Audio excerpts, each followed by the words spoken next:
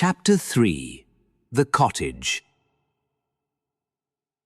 A small boy, under the age of 10, was walking along at the end of two lines following his peers, following his matron. He chanced to look up at the front of a cottage they were passing. His eyes followed the red brick walls up 2 stories. The building stood with great strength, yet it was somehow also welcoming. It was a cottage much like all the others on the Institute grounds, 2.5-story buildings, twice as wide as they were deep, with red brick walls set with many windows. The boy's curiosity, and maybe a mysterious energy, pulled his glance upward all the way past the 2 lines of windows to an attic dormer window. He stopped walking when, all of a sudden, his body stopped working. He was sure a ghost stood in the attic window, staring at him. She was all white and ethereal within the dim light of the remote attic.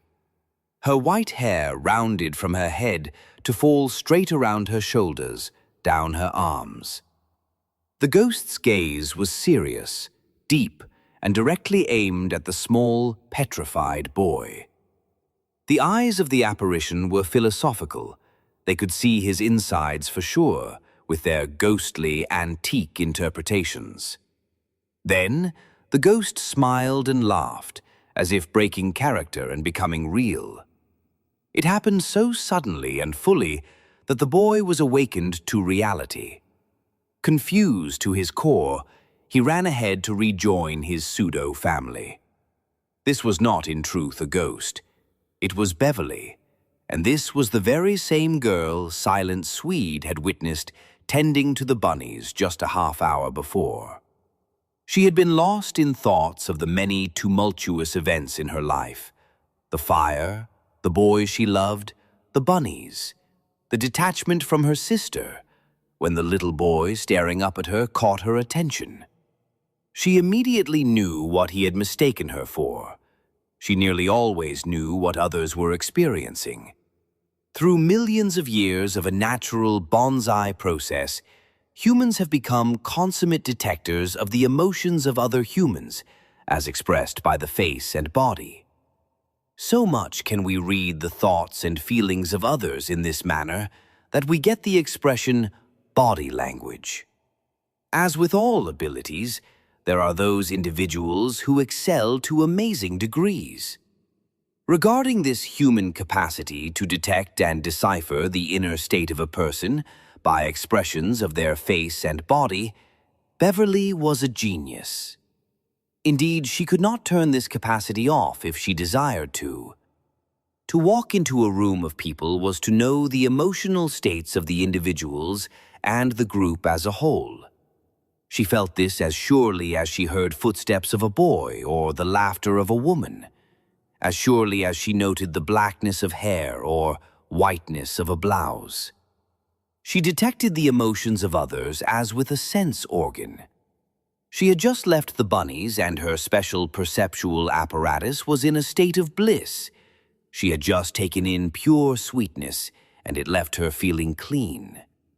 And she felt a deep pleasure at the responsibility she had assumed. She was now a mother. At this, she smirked. Turning from the window, she walked into the interior of the attic. In the middle stood her rickety old cot. A storage chest served as a nightstand, holding her book, Daddy Longlegs by Gene Webster, and a candle. There was a skylight window above her bed, and it illuminated the area with a filtered softness which glowed within the center of the darkened, remote attic. Something in this moment brought her a deep peace, a peace she could physically feel. It was as though a spirit of some kind flowed around the odd attic and through her, and to be alive simply felt simple and right. It was an odd moment in life. She was so disjointed from normal. The cottage she had lived in with her sister was gone, lost to a massive conflagration, and the sister who had helped define her days was just as lost. Oh, thank goodness her sister was alive, but she was not in Beverly's life at the moment. They had been separated, sent to live in different cottages. For the years they had lived in the institute, they had always been together. The spirit she felt must have been her sister's, visiting to tell Beverly all was okay, just as she always had. The door at the bottom of the stairway suddenly banged open. After a thunderous clanging describing wild movement upward, 3 teenage girls spilled violently into the room, fiery amusement on their faces. "Oh, that's right. They got that Snow White girl up here," said the apparent leader of the group. The other 2 worked hard at showing they were concealing laughter at Beverly. "Hey, Snow White," said one girl, as the other 2 showed they were hiding laughter. "We're going to have story time down there. You might want to hear this." The 3 intruders exchanged devious smiles. "You know," said Beverly, "you're certainly not the first to call me that, but in fact, Snow White did have dark hair. Do you guys remember that one girl who thought she could fit in with us?" said the leader. "That dumb bitch found out the hard way she wasn't one of us." Now openly laughing, the 3 girls each grabbed a folding chair and made their way back downstairs with a racket that sounded as if they were tumbling down in one mass of girls and chairs.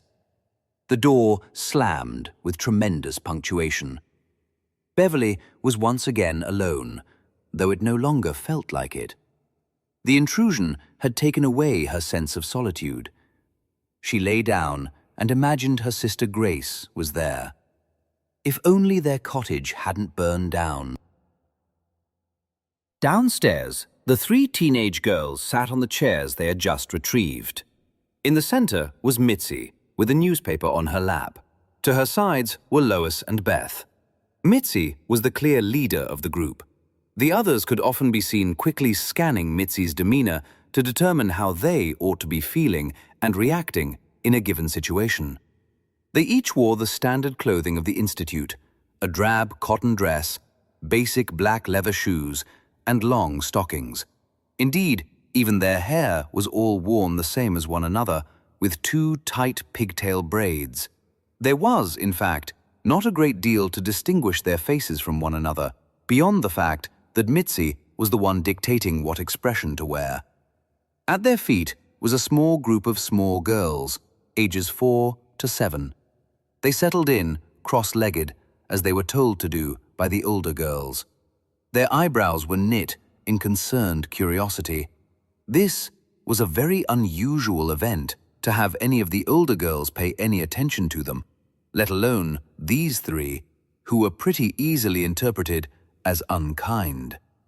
"All right, little sweeties," began Mitzi. "Are you all situated? Time to calm down now. I've got important news I feel I ought to share with you kiddos. Now, I know one of you is Jewish, and I think I can see some Jewishness in the others, so what I have to tell you about is important to you. I've been reading these stories for some time now in the newspaper," she said, holding up the one from her lap. "And it's time you're told. There's these people called Nazis, and they're killing all the Jewish people. They just line them up and shoot them, kids and all. And it's not just Jewish kids. In case some of you are thinking you're safe, here's a story about some little kids that got all blown up." "Yep," said Lois. "Their mum stepped out to get some British cheese or something, and when she came back, her kids were splattered all over the house.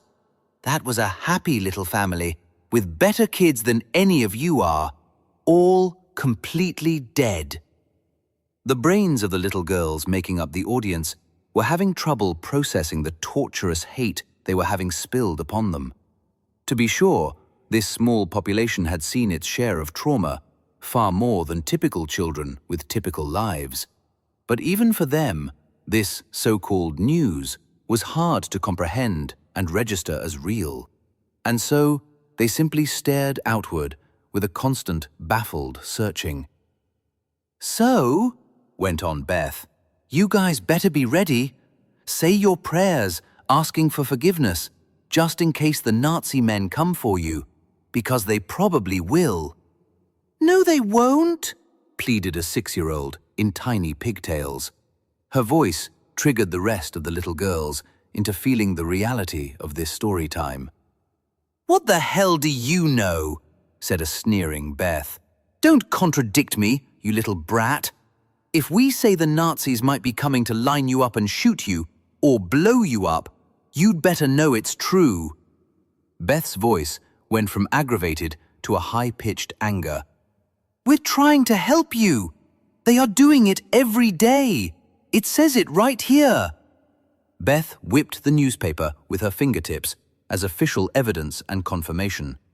The little girls totally lost control of their faces as they melted into caricatures of misery. They searched for each other's eyes, but couldn't see outside their own masks of panic. When terror runs to infinity, it is met with physical convulsions that manifest in tears and wailing cries and drooling spit. It's the only way to evacuate the insufferable feelings. It's like water reaching a boiling point within a teapot, and so comes raging out as frantic steam. And so the little girls sat and bawled, unable to function otherwise. Then, a voice from off to the side. "I've never seen people so mean as that. You must be real ugly and scared inside." These words were spoken by an 11-year-old girl who had walked in on the macabre story time. Mitzi's laughter dropped to 0, and for a moment, anyone looking could have seen a deep fear smear across her face. But in an instant, it was replaced with contempt. "What the hell are you talking about, you buck-toothed goofball? You goddamned horseface." Mitzi stuck her front teeth out and made horse noises in and out with her breath. "My name is Sunny," said the 11-year-old girl. As she stopped speaking, her top front teeth remained exposed, for they were indeed quite large. Beverly lay on her cot, looking through the skylight above at the bare, early spring branches as they described the gently moving air. Her thoughts went to the cottage she had lived in. She had walked past it on the way back from tending to the bunnies. Red brick walls had stood naked to the sky. The roof was no more. Where the windows and doors had been were blank rectangles with jagged-edged black smears spreading out above them. Lost in thought, she barely heard muted sounds of crying from below. This was not too unusual at the Institute, at any time or in any place. She took very little notice of it, though it had caught her sensitive mind as being of an extra desperate nature. After a few moments, she heard sounds she could not account for. This was a peculiar rage and violence. She was up. She was descending the stairway with as much speed as silence, almost floating over the treads. Her hand was on the doorknob, and her body flung the door open wide. 2 large teeth beneath 2 staring eyes, eyes completely emotionally detached from what was happening to her body, were unnaturally swinging through the air. Beverly had never seen this girl before. This girl being shoved and tossed from Mitzi to Beth to Mitzi to Lois. "Little Miss Sunshine here is goddamned funner to play with than a goddamned ball," came words from Mitzi, utterly riddled with mockery. The indignity. The indignity of the unjust act repulsed Beverly. This was innocence being abused. This was a sweet girl being battered and embarrassed because she was sweet. Beverly could feel it with the certainty of sight. Whatever brought this on, the girl being abused was right, and the 3 tossing her about were wrong. And there was something to the way they were wrong that was an ever-present mystery. Why? Why did they feel the need to be abusive?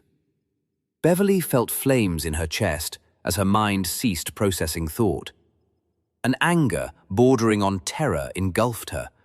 There was nothing like a sense of control within her as she watched her body being projected at Mitzi's blackened soul. The girl with the teeth was being jostled by Lois at that moment, but Mitzi was the clear leader of this obnoxious abuse. Beverly's instincts were aware of this, and thus had flung her body at Mitzi.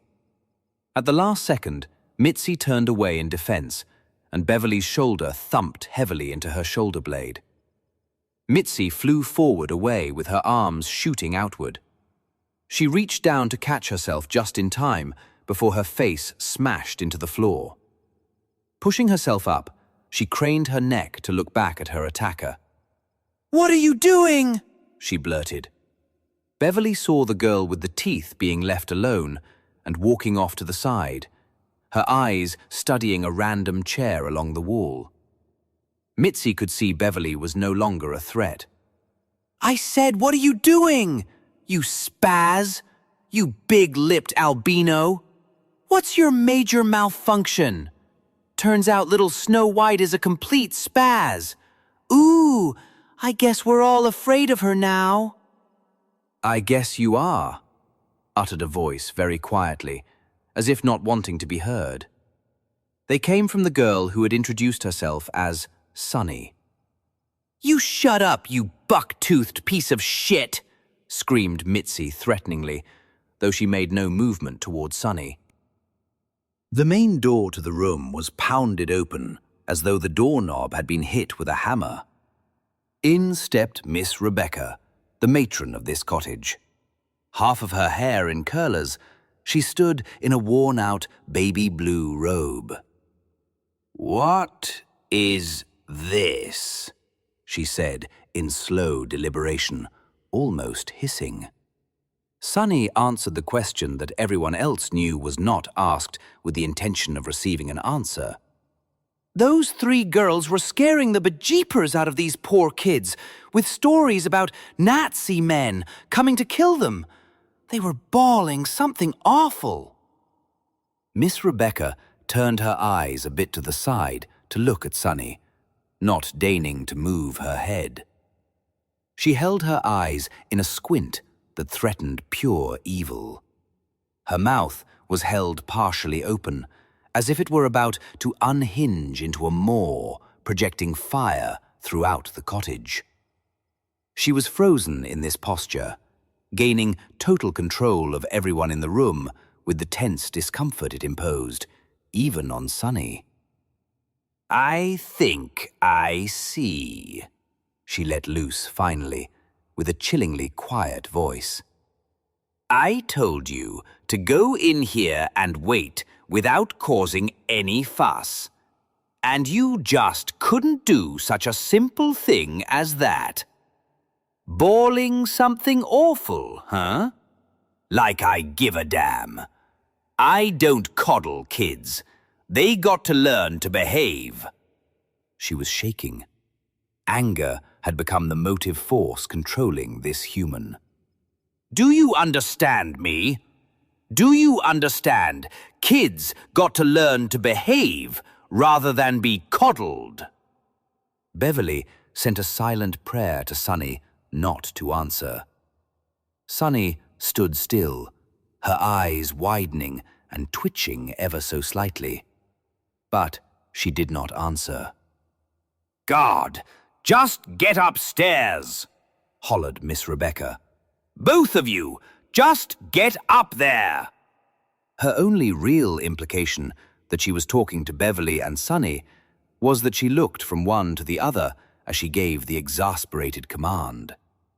Sunny stepped onto the stairway, and, as Beverly was just about to, the back of her head received a snapping blow that startled her and caused her ears to ring.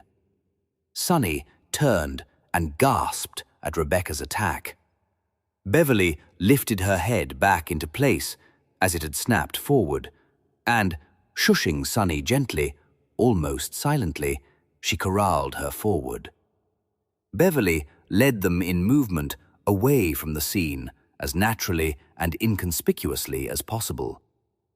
Beverly gently pulled the door shut behind her and began walking up the stairs to the attic, with Sunny just ahead of her. "Oh, thank God you didn't answer her," she whispered. "Oh, thank you, thank you, thank you." I wanted to ask her if she thought it was a good idea to coddle those 3 mean girls and let them behave just as horribly as they please, said Sunny, as she reached the top of the stairs. "I don't think you'd still be on this earth if you had," said Beverly, sliding from a whisper to a regular voice as she stepped into the attic. Golly, said Sunny, elongating the syllables. Is this where you stay? Is this yours? "I think it's ours at this point.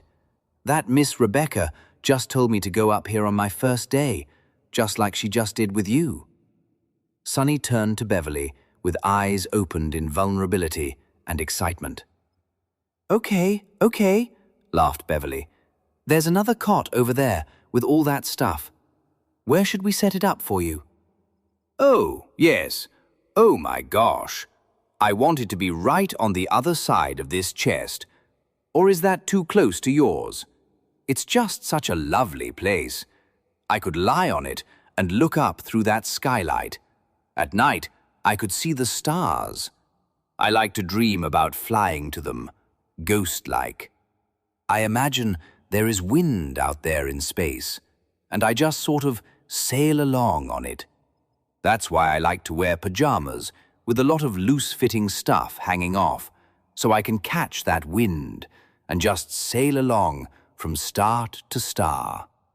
I suppose there isn't air up there, but if I can figure out how to sail on space wind, I guess I can figure out how to breathe up there.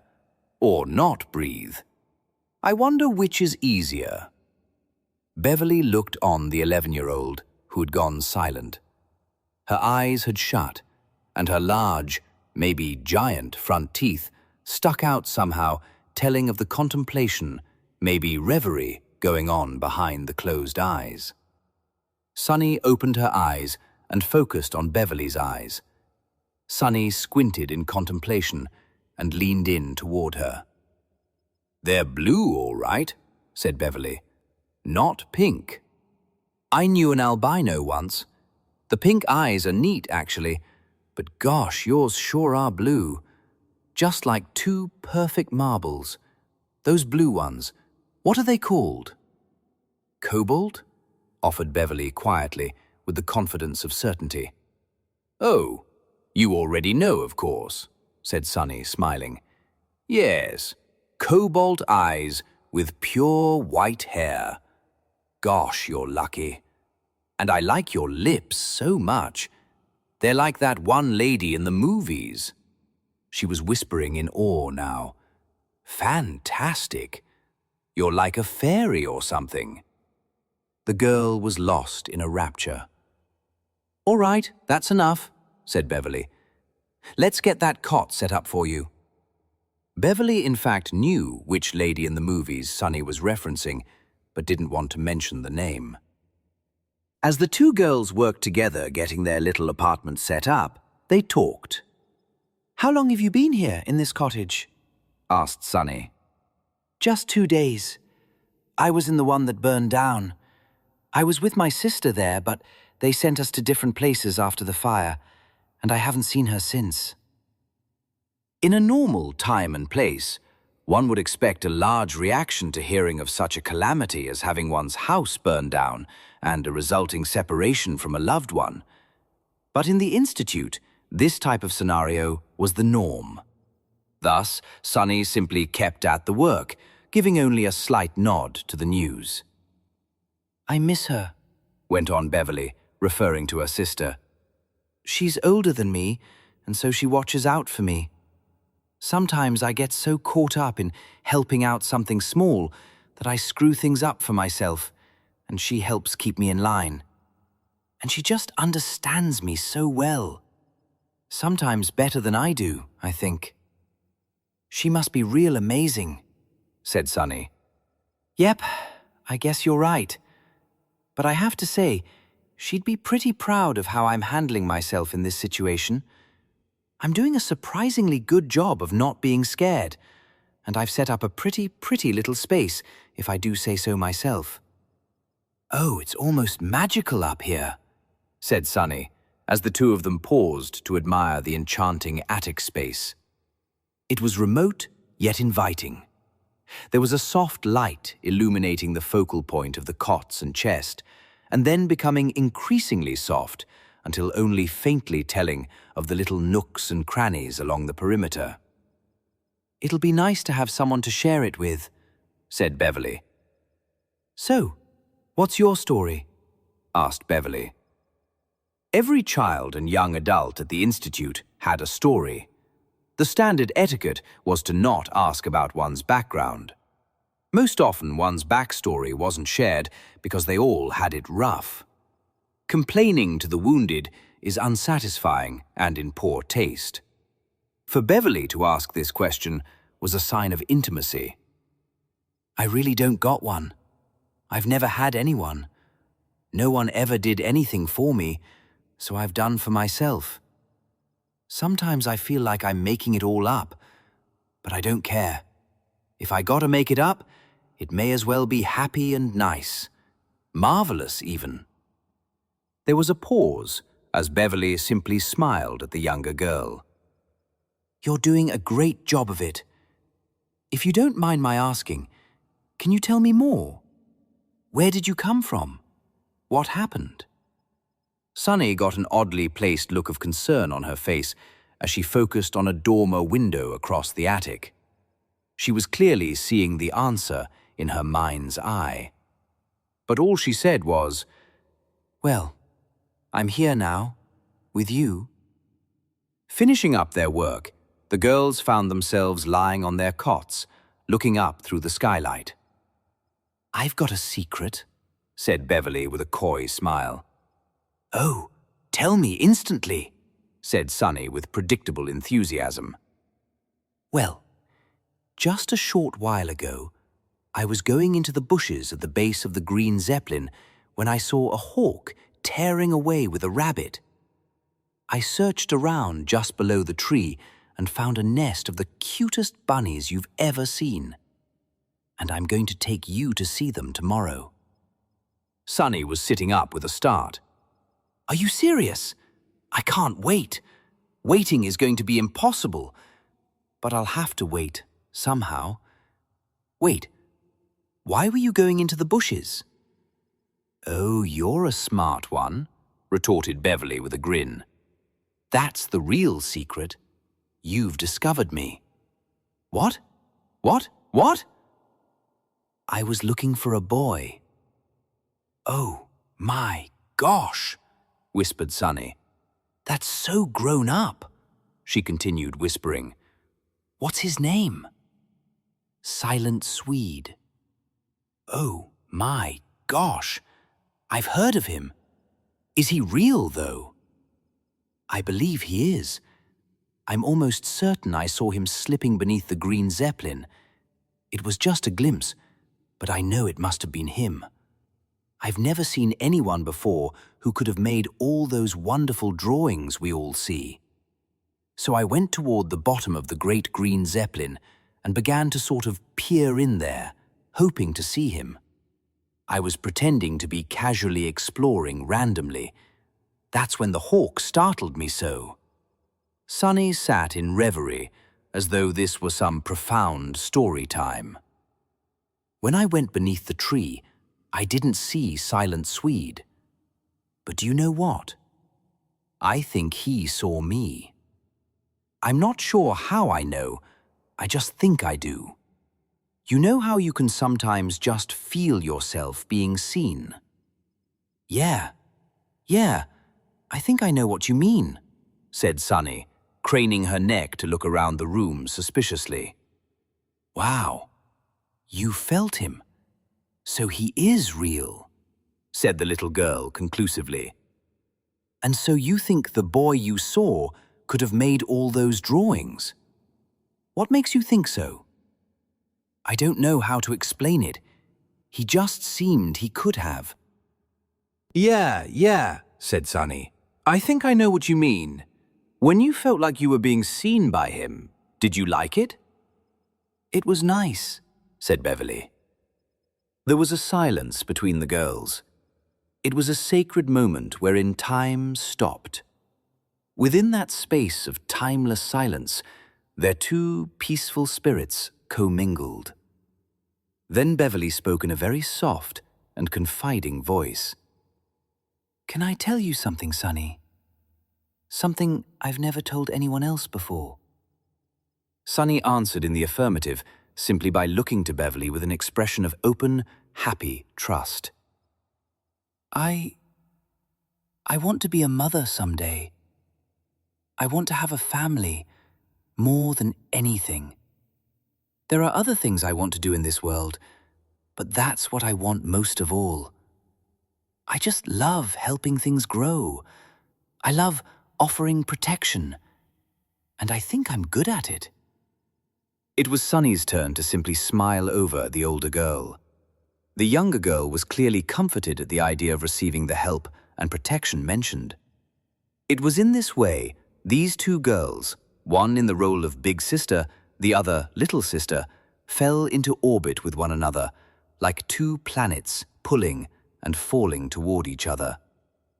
They shone upon one another, reflecting the light cast by a nearby star. Soon, they would discover their star, as well as a moon and other planets. So you're taking me to see the bunnies tomorrow? Said Sonny. Yes,